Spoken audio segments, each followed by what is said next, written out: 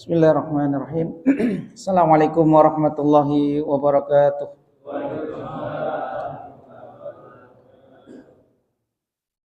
Alhamdulillahirabbil alamin wa bihi nasta'inu ala umurid dunya waddin.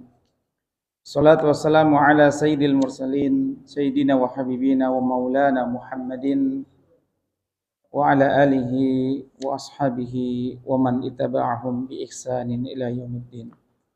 Qala Allah Ta'ala fi kitabihil karim, ya ayyuhalladzina amanu taqullaha wal tanzur nafsum ma qaddamat lighad wattaqullaha innallaha khabirum bima ta'malun. Segala puji kita panjatkan kehadirat Allah Subhanahu wa taala pada kesempatan malam hari ini di tanggal 23 kalau tidak salah ya, 23 dari bulan Zulqa'dah. Kita diperjumpakan kembali dalam kajian pembahasan Fikih Asma'illahi Al-Husna dari kitab yang kita bahas, yaitu kitab yang berjudul Al-Asrar Al-Asma', ya, rahasia daripada setiap nama-nama Allah Subhanahu wa taala. Tentu rahasia yang paling rahasia adalah masalah keimanan. Ya, karena dunia yang penuh dengan ujian dan gejolak ini, kita membutuhkan ketenangan. Kita membutuhkan ketenangan. Jiwa kita perlu kita didik menjadi jiwa yang tenang. Maka jiwa yang tenang, tidak mungkin dia tenang kecuali Allah yang menenangkan. Jiwa tidak akan tenang kecuali bersama Allah Subhanahu wa taala. Saat kita digunda-gulanakan oleh rezeki, oleh masalah nafkah, maka kita akan tenang ketika kita mengenal Allah Subhanahu wa taala, bahwa Allah Al-Fattah yang Maha membuka kebaikan, bahwa Allah Ar-Razzaq yang Maha memberi dan menjamin rizki kita. Maka inilah hakikat daripada ketenangan. Ketenangan apa yang akan diperoleh oleh seseorang selain dia lari menuju Allah Subhanahu wa taala, selain daripada mendekat kepada Allah Subhanahu wa taala. La malja'a wa la manja illa ilaih. La malja'a wa la manja illa ilaika. Tidak ada malja, tempat kembali. Tidak ada tempat untuk berlindung kecuali kita justru lari menuju Allah Subhanahu wa taala. Fafirru ilallah. Maka larilah, dekatilah Allah Subhanahu wa taala. Ini yang akan membuat jiwa kita tenang. Mungkin kita dirisaukan oleh minyak goreng yang naik, ya. Kemudian bensin Dex yang naik, ya. Untung nggak punya mobil. Ya, kalau punya mobil pusing nggak Pak? Sekali ngisi sudah 500 lebih sekali ngisi full. Mungkin kita dirisaukan dengan masalah-masalah ekonomi, tapi kita akan tenang dengan nama Allah Ta'ala Al-Qabid wal Basit, bahwa Allah Ta'ala menyempitkan keadaan dan saat yang sama Allah pun akan melapangkan keadaan. Allah menyempitkan keadaan karena hikmah, dan Allah Ta'ala melapangkan keadaan kembali dengan rahmatnya. Maka jiwa yang tenang adalah jiwa yang tenang dengan mengenal Allah Subhanahu wa taala. Ini cara yang pertama. Cara yang selanjutnya banyak. Dengan menjalankan ketaatan kepada Allah, dia akan tenang. Dengan berzikir kepada Allah, dia akan tenang. Dengan makan makanan yang halal, kata Imam Ahmad, bagaimana kita menenangkan hati kita? Tentu jawaban yang umum, ala bidzikrillahi tatma'innul qulub. Ketahuilah dengan berzikir hati akan tenang. Tapi Imam Ahmad punya jawaban lain. Seorang jiwanya, hatinya akan tenang bi aqlit thayyib, dengan makan makanan yang halal. Jadi orang yang petakilan, orang yang suka ngomel-ngomel, itu pasti pemakan haram. Sudah bisa dipastikan, Pak. Ya, orang yang emosinya meledak-ledak, lihat dulu kerjanya apa? Oh, kerjanya ini. Ditelusuri, oh hasil pekerjaan itu apa statusnya? Oh, statusnya ya haram. Ya, oh pantesan karakternya begitu. Ya, jadi kita bisa memaklumi. Maka jiwa tenang. Jiwa akan tenang dengan hal-hal yang disebutkan tadi, ya. Dan masih banyak hal-hal yang lain. Maka dalam rangka ini kita terus membahas tentang keindahan nama-nama Allah Subhanahu wa taala untuk kita petik ya hikmah daripada makna yang disebutkan oleh para ulama ya tentang rahasia nama-nama Allah Subhanahu wa taala. Nama yang kita bahas sampai di nama Ar-Rafiq, nama yang ke-88.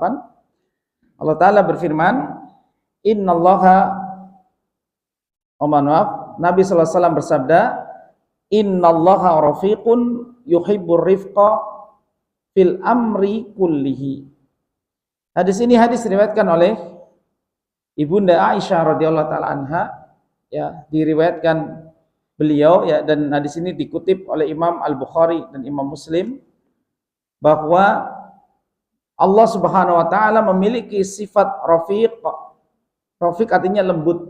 Nanti kita akan jelaskan makna daripada rafiq yang artinya maha lembut, ya, bahwa innallaha rafiq, sesungguhnya Allah Subhanahu wa taala rafiq, maha lembut dan menyukai kelembutan. Ada juga hadis yang lain, hadis dari Urwah ibn Zubair, saudara daripada keponakan daripada Aisyah, ya. Urwah putrinya Asma, keponakan daripada Aisyah, meriwayatkan hadis dari Ibunda Aisyah radhiyallahu taala anha pula tentang nama Allah taala Ar-Rafiq. Ya, Ar-Rafiq, zat yang maha lembut. Suatu hari Nabi SAW kedatangan oleh orang-orang, sekelompok daripada orang-orang Yahudi yang melewati beliau. Maka orang Yahudi tersebut mengatakan assalamu alaika. Ya, ini diriwayatkan oleh Ibunda Aisyah radhiyallahu taala anha, dan ini hadis Imam Bukhari juga, ya. Hadis Imam Bukhari. Imam Bukhari sampai menulis bab dalam kitab Sahih Al-Bukhari ini adalah babur rifqi fil amri kullihi, menukil dari perkataan Nabi SAW tadi, innallaha rafiqun yuhibbur rifqa fil amri kullihi. Beliau menulis bab kelembutan dalam setiap perkara. Beliau menulis satu bab yang judulnya bab kelembutan dalam setiap perkara. Binaan ala hadha al-hadis li Rasulullah SAW ma Aisyata radhiyallahu anha hina ghadabat min tahiyatil yahud. Ya. Maka Aisyah pernah marah kepada sekelompok Yahudi yang mengatakan assalamu alaik. Memang orang Yahudi itu suka ngurangi huruf, Pak. Ya, suka mengurangi huruf assalamu jadi asamu, begitu kan? Hitoh diubah jadi hintoh. Ya, begitulah orang-orang Yahudi, ya, suka mempermainkan syariat. Assalamu alaik artinya mereka mendoakan Nabi SAW cepat celaka, cepat meninggal. Ya. Maka asam huwal maut, ditafsirkan disyarah oleh para ulama, sam ini racun, ya, artinya kematian. Memang Yahudi ini ingin sekali membunuh Nabi SAW. Ya. Kemudian Aisyah marah, kemudian mengatakan bal alaikumussamu wa la'nah. Bahkan untuk kalian wahai Yahudi kematian dan laknat. Fa'alimuha Ar-Rasul sallallahu alaihi wasallam radd qad qultu wa alaikum. Dalam riwayat lain dikatakan ya Aisyah, mahlan ya Aisyah. Mahlan artinya pelan-pelan wahai Aisyah. Innallaha rafiqu yuhibbur rifqa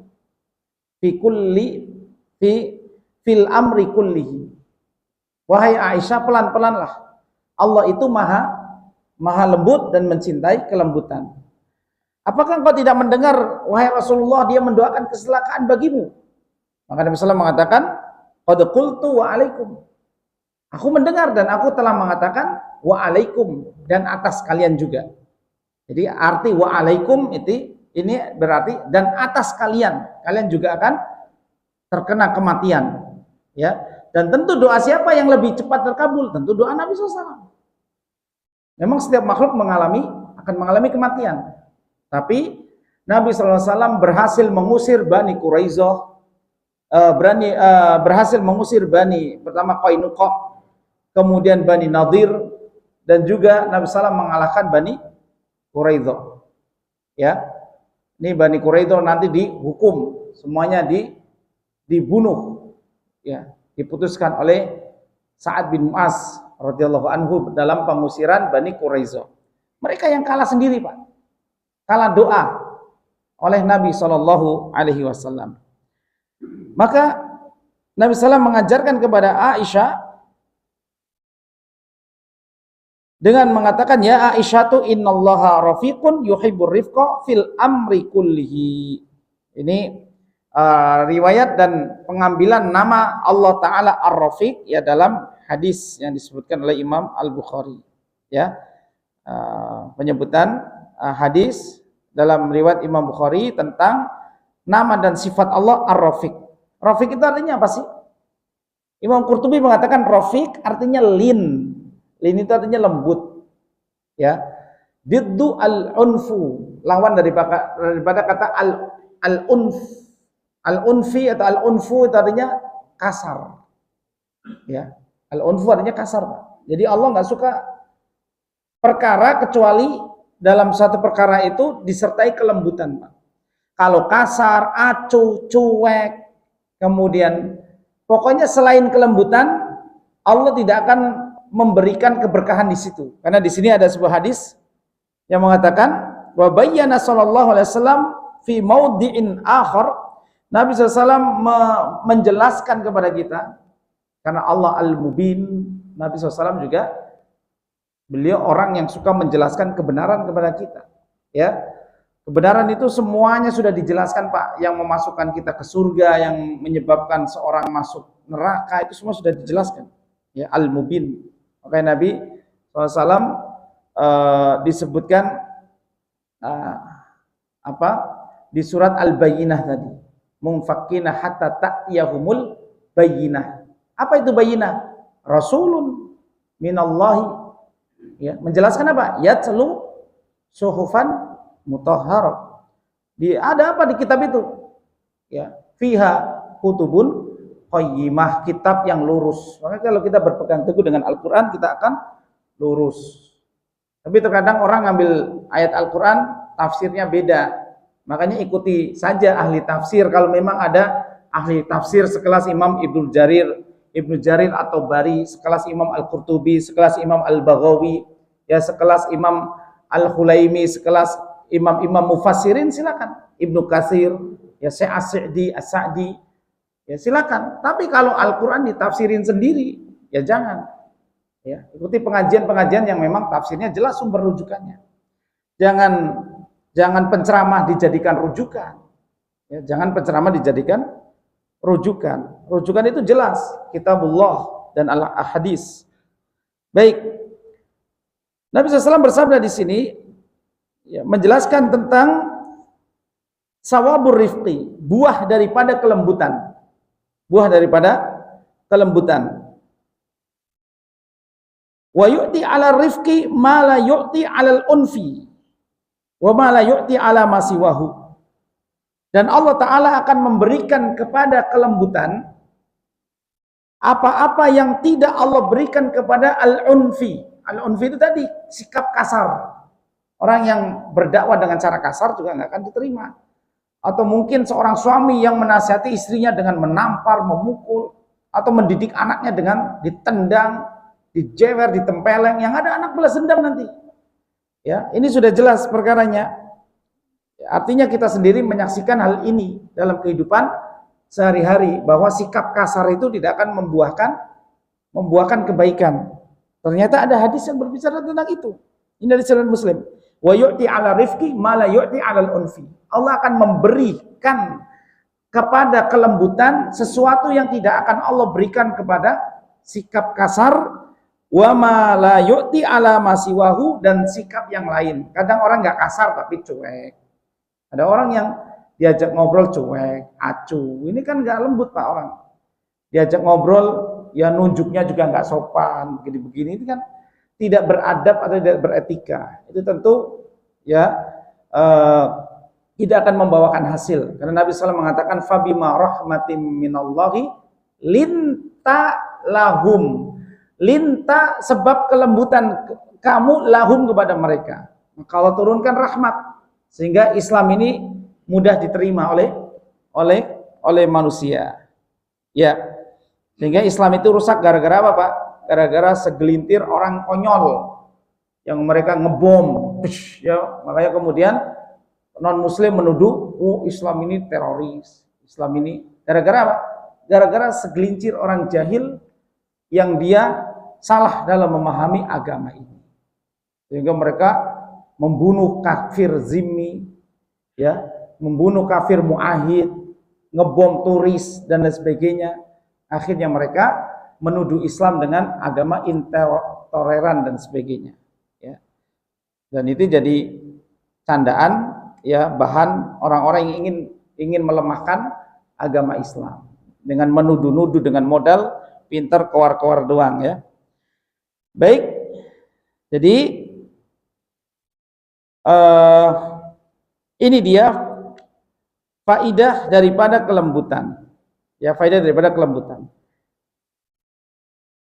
Imam Al-Qurtubi mengatakan bahwa al-rafiq kasirur rifq, zat yang memberikan banyak kelembutan kepada hamba-hambanya, zat yang maha memberi banyak kelembutan kepada hamba-hambanya. Kemudian ditafsirkan pula artinya, ya, rafiq artinya al-irfaq. Rafiq diartikan selain layyin adalah al-irfaq. Irfaq artinya adalah sarana-sarana, bahwa Allah Subhanahu wa taala banyak memberikan sarana-sarana untuk kehidupan kita, ya, untuk kehidupan kita. Maka dari makna yang disebutkan Imam At-Tabari ini, ya, sebagaimana tadi diartikan kelembutan. Bagaimana kita maknai secara syariat bahwa Allah itu lembut, betul, Allah itu lembut. Allah banyak memberikan kemudahan kepada kita. Jadi rafiq secara bahasa juga disebutkan tashil. Tashil itu dari kata sahula, sahlun. Dari kata sahlun artinya mudah. Lawan daripada kata tas'ib, sa'uba. Lawan daripada kata sulit. Maka Allah banyak memberikan kelembutan dan kemudahan dan sarana-sarana untuk kita hidup, bahkan untuk menuju surga. Dalam syariat, orang yang tidak mampu sholat berdiri karena Allah maha lembut, maka dia boleh sholat dengan duduk. Tidak bisa duduk, ya berbaring, ya. Bahkan tidak bisa ruku, kena saraf kejepit misalkan, nggak bisa ruku. Bagaimana? Dengan menggerakkan leher saja. Sujud segini, ruku segini, ya sujud agak ke bawah dikit, ya kan? Itu boleh kalau memang kita sudah biasa ruku nggak bisa, apalagi sujud. Ya, maka dengan isyarat, dengan leher, ya, kita duduk sambil duduk bisa. Allahu Akbar, ruku berarti sami Allah liman hamidah. Allahu Akbar, sujud lebih rendah dikit. Allah lain. Allah Subhanahu wa taala memberikan kelembutan, kemudahan kepada orang yang tidak bisa menggunakan air, boleh bertayamum. Ya. Kepada orang sakit yang pakai kateter misalkan, kan ada najis ini, pampers. Ada pampers dan ada air seni di situ, ngendap, gimana? Tetap sholat, karena itu masuk ke dalam perkara darurat. Makanya ada kaidah dalam usul fikih, ad-darurat tubihul mahdurat. Nah, ini praktek daripada bahwa Allah itu lembut. Sesuatu yang sudah darurat itu membolehkan mahdurat yang diharamkan. Kan haram sholat dalam keadaan berpakaian najis, tapi ini kan sudah darurat. Kalau kateter atau pampers ini dilepas gimana? Ya, baunya kemana-mana, najisnya kemana-mana. Ya sudah dipakai saja. Itu sudah dalam keadaan darurat. Tubihul mahdurat, yang mahdur terlarang itu hukumnya jadi mubah. Ini kenapa? Karena kelembutan Allah Subhanahu wa taala. Ya. Dan ada kaidah lagi di usul, misalkan al-masyaqqatu tajlibut taisir. Masyaqqah, kesulitan, itu akan membawa kita kepada kemudahan. Kalau kita sudah mengalami kesulitan, Pak, lagi safar, lemes, capek, banyak beban. Ini kan beban masyakoh. Maka kita boleh meringkas sholat 4 jadi 2. Ya. Atau kita sedang safar, nggak mampu puasa, ya sudah. Al-masyaqqatu tajlibut taisir. Masyakoh, kesulitan akan memunculkan taisir, kemudahan. Yuridullahu bikumul yusra wala yuridu bikumul usra. Dalilnya banyak. Kemudian sabda Nabi SAW, innad dina yusrun. Ketahuilah bahwa sungguhnya agama Islam itu mudah. Tidaklah orang memberatkan diri kecuali dia akan kalah sendiri. Misalkan zikir harus pencilakan. Ya, lihat zikir kemarin yang muter-muter kemudian kejengkang enggak di medsos. Ya, dia lagi zikir pakai baju payung itu, klubrak. Rasakno. Kenapa? Lah ngapain zikir itu harus muter-muter, Pak? Zikir aja tenang. Astagfirullah, astagfirullah. Kenapa harus muter-muter apalagi di panggung rawan nyangkut kabel mic, kabel apa? Ya, itu kenapa? Jadi seorang tidak akan dikalahkan kecuali oleh dirinya sendiri yang membuat agama ini susah. Ngapain susah-susah wong ada yang mudah kok. Ngapain zikir juga harus rambut begini-beginiin. Pakai peci harus yang panjang tinggi. Nah, kalau ini kan nyangkut pintu loh. Kenapa Anda harus susah-susah? Ya, harus susah-susah kenapa? Yang mudah banyak. Inad dina yusrun. Sungguhnya agama ini adalah mudah. Ya, agama ini mudah. Baik. Ini hadis yang disebutkan. Kemudian di antara bahasan Allah Ta'ala Ar-Rafiq bahwa afadha ar-Rasulullah SAW, Nabi SAW memberikan keterangan tambahan fi wasfi rifqi tentang sifat kelembutan ini. Beliau mengatakan inna rifqa la yakunu fi syai'in illa zanahu. Ketahuilah bahwa ar-rifqa, bahwa kelembutan ini apabila hinggap di suatu perkara illa zanahu, kecuali dia akan menghiasinya. Wala yunza'u min syai'in illa syanah. Dan tidaklah kelembutan itu tercabut dari suatu urusan kecuali urusan akan menjadi lebih ribet. Ya. Makanya menjadi orang lembut itu susah, Pak. Butuh proses juga kan? Butuh proses latihan. Memang apalagi laki-laki, saya yakin laki-laki itu temperamen, Pak. Temperamen karena dia punya kekuatan. Apalagi yang pernah dulu latihan punya bekal ini, punya bekal itu, apalagi yang punya jabatan ini, jabatan itu, udah pokoknya pinginnya gelut aja, ngajak ngesang pokoknya. Ya, bagaimana Anda seorang laki-laki menjadi orang yang lemah lembut? Gimana? Apalagi yang punya kedikdayaan. Ya, rasanya dikdaya aja ya. Padahal dikdaya makin tua juga makin asam urat, ada flu tulang, ya kan, ada pegel linu, ya. Memang orang yang dikdaya nggak begitu, ya begitu juga, ya. Kecuali memang Anda terlatih, ya terlatih dengan latihan-latihan yang memang baik, ya sampai tua juga sehat-sehat aja, ya. Baik, jadi dalam riwayat Imam Muslim disebutkan kalau kelembutan hinggap dalam sesuatu, maka dia akan menghiasinya. Ya, orang yang lembut itu senantiasa dalam rahmat Allah Subhanahu wa Ta'ala. Dan orang yang memiliki kelembutan itulah perhiasan akhlak. Karena akhlak itu identik dengan kelembutan, Pak. Adapun kalau orang tidak bisa lembut, maka dia dalam aib dan cacat. Pasti ada kurangnya saja. Pasti ada kurang. Ya. Baik. Kemudian kalau kita lihat, ini orang dakwah bukan dakwah mengajak kepada Allah, tapi kepada kristenisasi misalnya. Tapi caranya lembut. Berhasil nggak? Ada yang berhasil, Pak. Orang-orang yang datang ke pedalaman-pedalaman, dia sabar, dia lembut, membujuk-bujuk, akhirnya banyak juga yang terkena harokatut tamsir, pergerakan permurtatan dengan tamsir. Tamsir itu menjadikan orang menjadi agama Nasrani. Ini kenapa? Karena mereka lembut dan sabar dalam mendakwakan mendakwakan apa misalkan keyakinan mereka. Nah, kemudian Nabi SAW semakin menekankan lagi kepada kita. Tsumma ja'a hadisun akhar. Kemudian datang dalam hadis yang lain takkidan, sebagai takkid, penguat. Ala irtibatir rifqi bil khair. Bahwa kelembutan itu selalu berbanding lurus dengan kebaikan. Dia selalu terikat dengan kebaikan, Pak. Orang kalau lembut pasti kebaikan, pasti kebaikan akan dia dapati. Nabi SAW mengatakan man yuhramir rifqa yuhramil khair. Barang siapa yang tidak memiliki kelembutan, maka dia tidak memiliki kebaikan.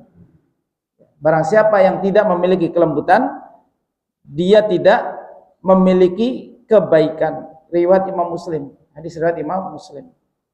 Apa artinya? Ayyuhramu khairud dunya wal akhirah. Maka dia dihalangi, diharamkan dari segala kebaikan ya di dunia maupun di akhirat. Apa enggak ngeri, Pak? Ya, makanya ciri-ciri penduduk neraka apa? Kullu jawadhin utullin mustakbir. Orang yang kasar, sewenang-wenang dan sombong. Ini kata Nabi SAW, ala ukhbirukum min ahlin nar. Mau enggak aku tunjukkan kepada kalian ciri penduduk neraka itu seperti apa? Kullu jawadhin utullin mustakbir. Orang yang keras, kaku orangnya, Pak. Ya. Kemudian utullin, sewenang-wenang, maunya menang sendiri. Ya. Jangan makanya jadi orang yang pengennya menang sendiri ya. Bentar lagi kan rapat apa ya. Jangan memaksakan suara. Ya, jangan memaksakan pendapat saya itu yang paling baik. Ya. Jangan rapat Idul Adha yang dimaksud Ustadz katanya. Pokoknya rapat apa wae lah. Pokoknya apa saja dalam lingkungan ya jangan memaksakan kehendak seolah-olah dia paling baik idenya dan sebagainya. Santai saja.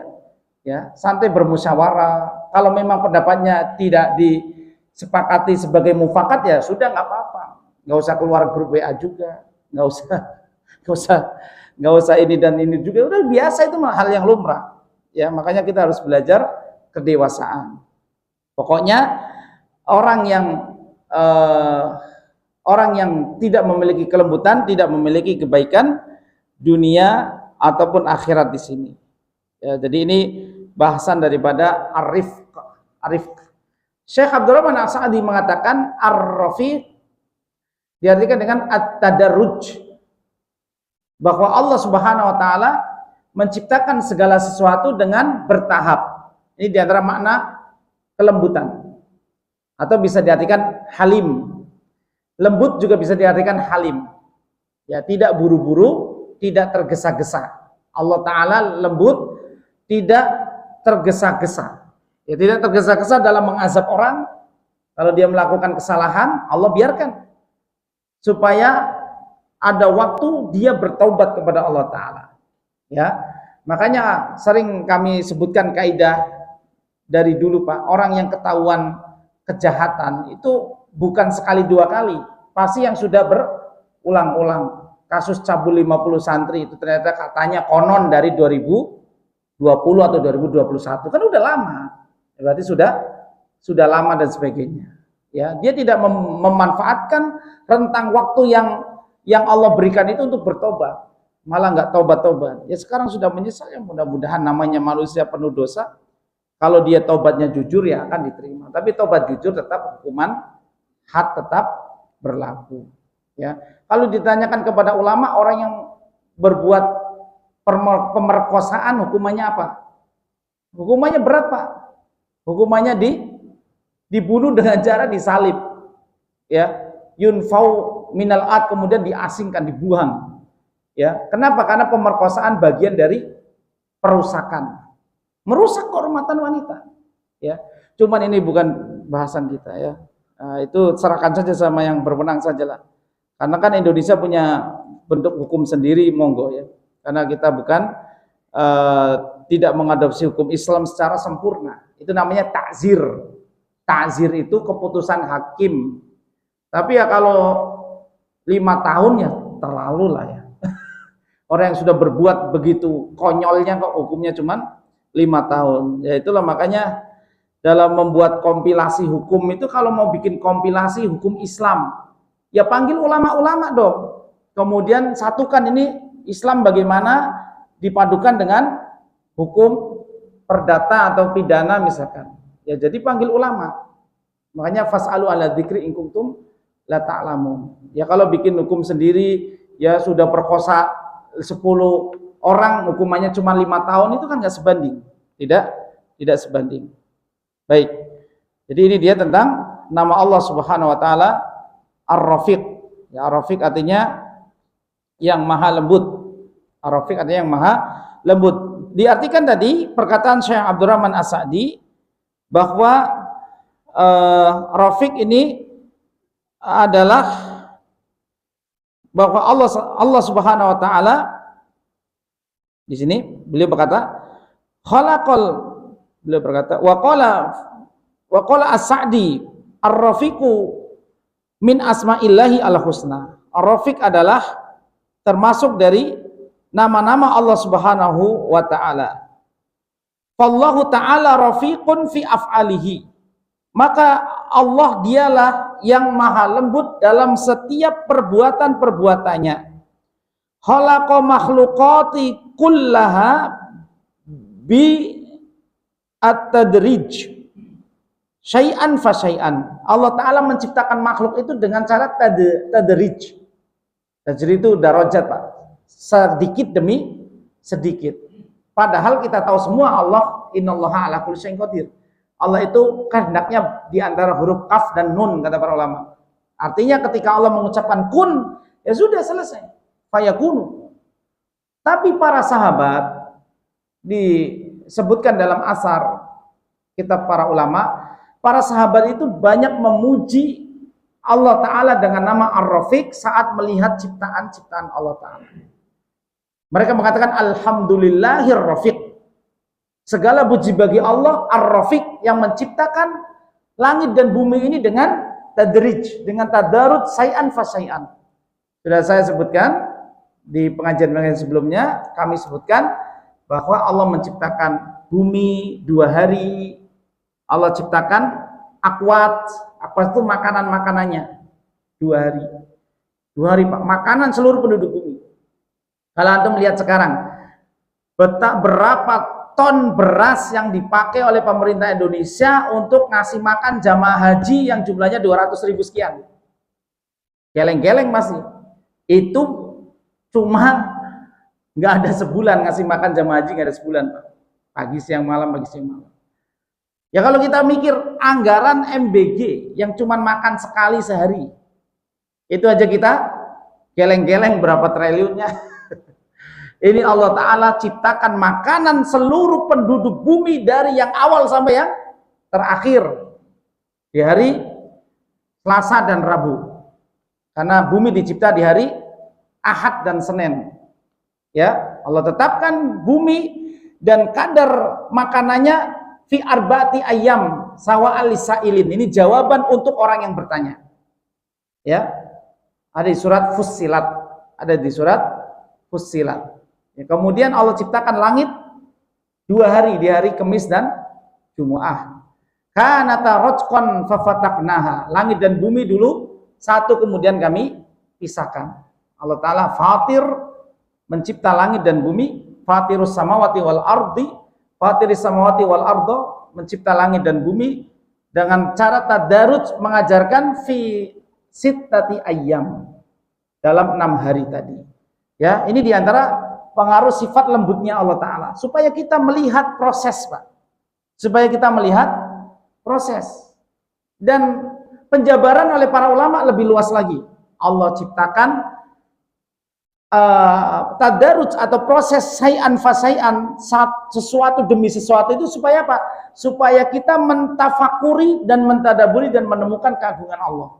Karena para sahabat mengatakan seandainya Allah menciptakan alam semesta ini kun jadi, maka orang-orang yang tidak mengimani Allah akan mengatakan, ya, kalau tidak ada proses-proses ini, mereka orang-orang yang tidak beriman kepada Allah akan mengatakan, ini alam ini nggak punya pencipta apa ya? Ya itu kan perkataan para sahabat. Maka dengan kita melihat adanya matahari, bulan, ada pergantian siang, malam, ini kan tadarus proses. Kemudian Allah hilangkan cahaya siang itu diganti dengan malam yang gelap supaya manusia bisa istirahat. Ini kan rafiq, namanya lembut, Pak. Coba kalau hidup itu siang-siang terus, kalau malam-malam terus, ya nggak mungkin kita akan hidup. Karena Allah Rabbun, Allah Ar-Rabbu telah mengatur kita dengan tarbiyah nikmat. Ya, dijadikan siang malam itu memang sesuai kebutuhan badan kita. Wa ja'alal laila libasa wa ja'alan nahara ma'asya. Ini sudah menjadi sunatullah. Jadi ini perkataan Syekh Abdurrahman As-Sa'di. Jadi Allah Ta'ala lembut fi af'alihi, dalam perbuatannya, menciptakan makhluknya kullaha bitadrij, semuanya dengan bertingkat, syai'an fasyai'an, sedikit demi sedikit, bihasbi hikmatihi, sesuai dengan hikmahnya, wa rifqihi, dan kelembutannya. Ma'anahu qadirun ala khalqiha duf'atan wahidatan. Padahal Allah mampu menciptakan segala sesuatu duf'a wahidah, dalam satu waktu detik yang sama itu juga. Kun, jadi semua. Ya, kita nggak meragukan tentang kemampuan Allah. Tapi ternyata Allah Ar-Rafiq, ya, Allah Ta'ala tidak menciptakan sesuatu fi lahdhatin wahidin, di satu detik yang sama. Padahal Allah mampu. Ini mengajarkan kepada kita, ya. Dan kita juga agar lembut, Pak. Agar pelan-pelan. Karena Allah mencintai kelembutan. Ya, Allah mencintai kelembutan. Jadi itu dia pengertian daripada Ar-Rafiq. Ya, menurut Syekh Abdurrahman As-Sa'di, bahwa Allah Ta'ala lembut dalam perbuatan-perbuatannya, menciptakan makhluk segalanya dengan tadrij, bertingkat-tingkat, ya, sedikit demi sedikit, untuk supaya kita bisa mengambil hikmah dan pelajaran, ya, mengambil hikmah dan pelajaran. Adapun modal utama untuk menjadi orang yang lembut apa, Pak? Modal utama untuk menjadi orang yang lembut, kita semuanya pasti termotivasi atau pasti ingin menjadi orang yang lembut. Pasti. Dengan apa, ya? Dengan mempelajari hadis-hadis tentang adab, mempelajari hadis-hadis tentang akhlak. Ini akan mengubah karakter kita, Pak. Oh, ternyata orang yang bisa menahan marah akan dijamin surga. La taghdab walakal jannah. Begitu kan kata Nabi SAW. Jangan marah, bagimu surga. Kemudian orang yang bisa menahan marah ini akan disuruh memilih bidadari mana yang dia sukai. Karena bidadari itu kan bertingkat-tingkat kecantikannya tentu, ya. Ya. Maka ini diantara faidah. Kemudian Islam pun mengajarkan cara-cara supaya kita tidak marah. Sebagai tidak marah itu, ya, pindah posisi. Ya, kalau kita ngomel-ngomel berdiri, coba ingat, oh, kita harus duduk. Ya, duduk masih ngomel-ngomel, udah tiduran aja. Kan Ali bin Abi Thalib saat marah sama istrinya pergi ke masjid, tiduran. Makanya dipanggil Abu Turab. Kum ya Abu Turab. Bangun wahai kamu, bapaknya pasir, karena di pundak Ali itu penuh pasir. Masjid Nabawi dulu pasir, Pak. Ya, dan ini lakop yang Ali sukai, Abu Turab. Ya, Ali Abu Turab. Karena Ali marah kepada Fatimah. Ali yang sekali berperang membunuh 60-100 nyawa melayang, sama istrinya sama sekali nggak mukul. Gimana mau mukul putri Rasulullah? Ya memang Ali juga kan Ali kan akhlaknya luar biasa. Nggak mungkin, maka dia menahan amarahnya dengan mengganti posisi. Daripada berdiri masih dongkol, udah tiduran di masjid aja deh. Jadi nanti kalau di Mujahidin ini ada yang tiduran, Bapak, jangan-jangan. Oh, ini kan ngamalin pengajian, ngamalin hasil pengajian.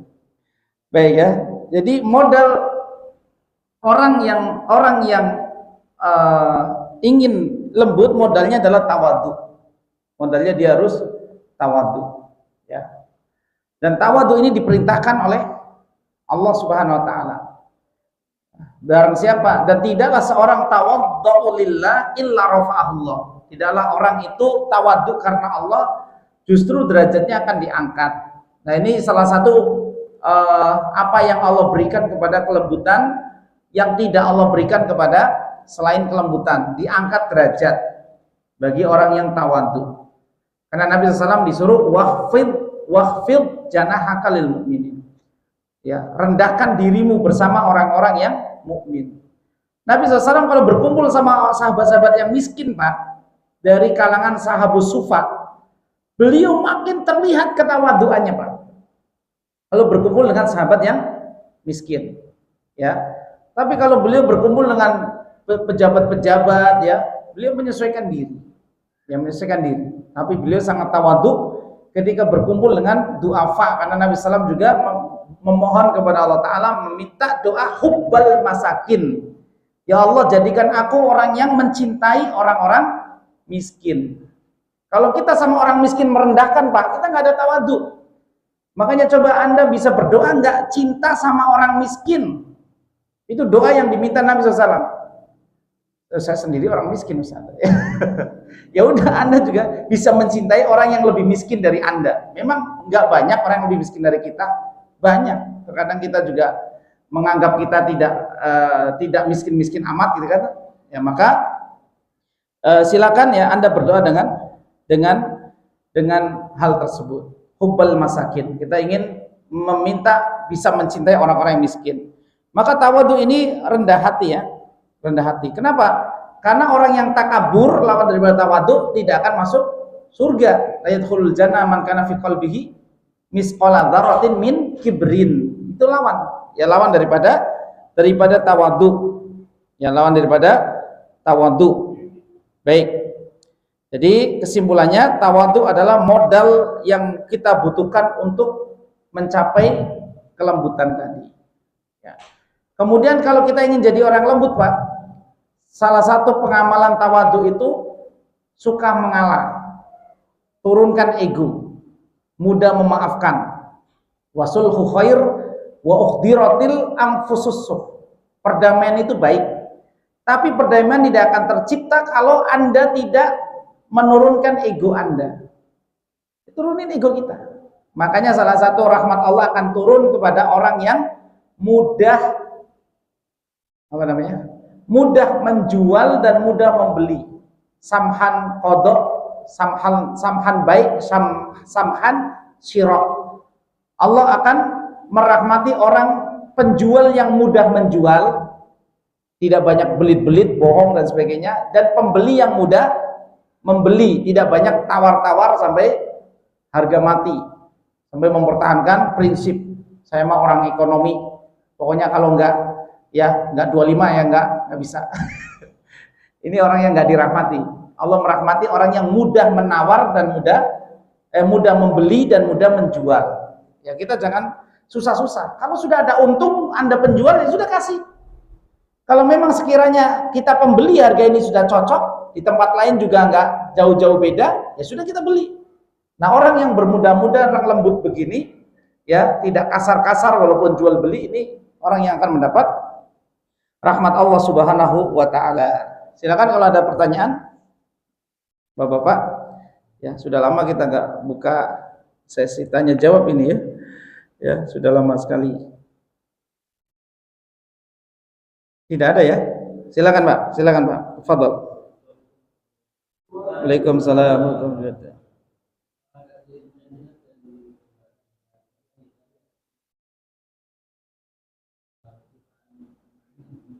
Ya.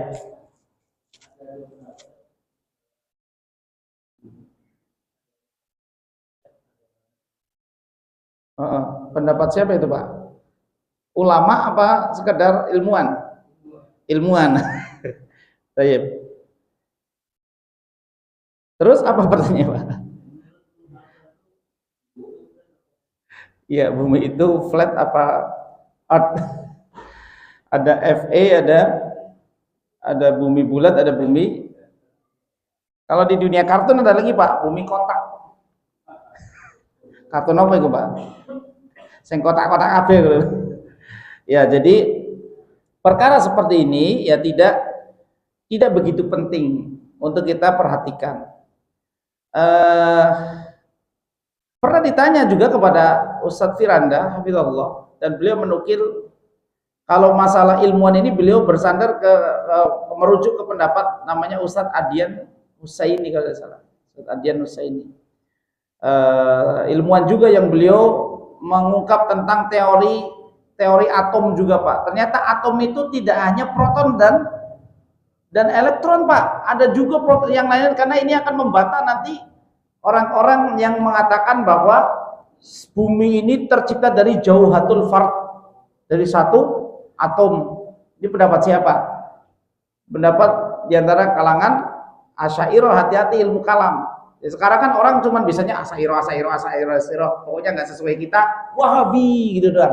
Mereka sendiri nggak paham tentang fondasi agama mereka yang dibangun di atas ilmu kalam, yang sifat Allah itu cuman 20, ya.